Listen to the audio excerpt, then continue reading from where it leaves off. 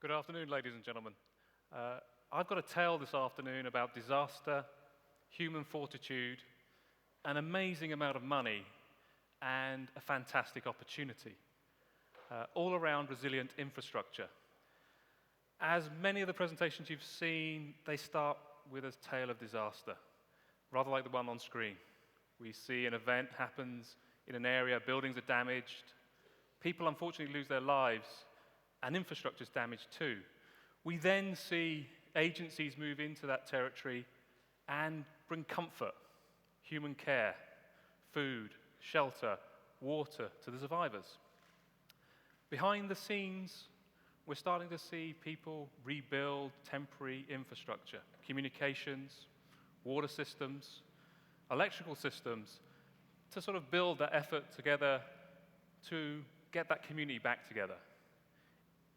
The media then disappear normally, and at that point, the really tough effort goes into rebuilding a community, rebuilding that infrastructure. And it starts with the infrastructure because that's the vital part that enables that reconstruction to happen.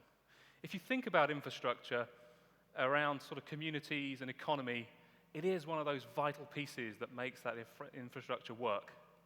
And it makes that community grow and allows that economy and that wealth. It's absolutely vital. That's why we use the title, Check the Vitals. Infrastructure, though, around the globe today is under incredible pressure.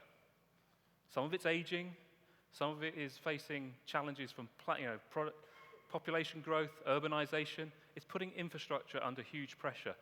But at the same time, we're seeing huge efforts in developing countries to build new infrastructure for water, sanitation, electrical systems, to build that economy and support that growth. At the same time, in the developed world, we're seeing expansions of infrastructure for efficiency and other motivations, but with a keen eye on what's the cost benefit to the user groups and those paying the money. It's no surprise, and we've heard it a couple of times already, over the next 15 years, estimates put it at somewhere between $50 and $70 trillion of investment in infrastructure. That is a colossal amount of money. But as we've also heard today, that infrastructure investment is going to happen in places where we know some of those natural catastrophes are going to continue to occur. So we need to think about that opportunity and think about that hazard that we have to face with that new infrastructure. At the same time, the world is a changing place. We're seeing new hazards, cyber risk, terrorism. The complexity of the infrastructure that we're building today has some of its own inherent risks.